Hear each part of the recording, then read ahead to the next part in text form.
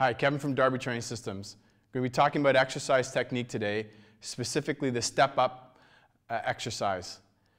The step-up exercise is an excellent gait pattern-related movement, and the way that I teach the step-up exercise focuses on its application to gait pattern, running, jumping, athleticism.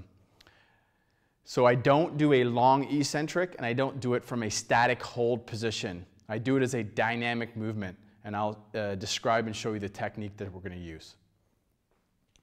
Key thing here is when you're stepping up, it needs to be dynamic. You need to apply force to the ground.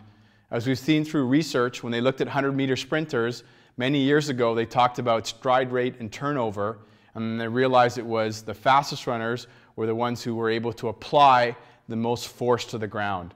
And that's really what I think the application of the step-up exercise is.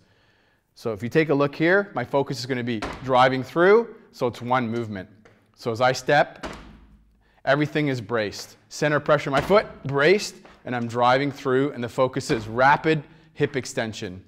If you do this exercise slowly or from this position, you really can't generate that force. Yes, it's giving you the discipline to come up, but I think there's many other exercises that you can use for that. So my preference is always starting from the ground, and the emphasis is pushing through.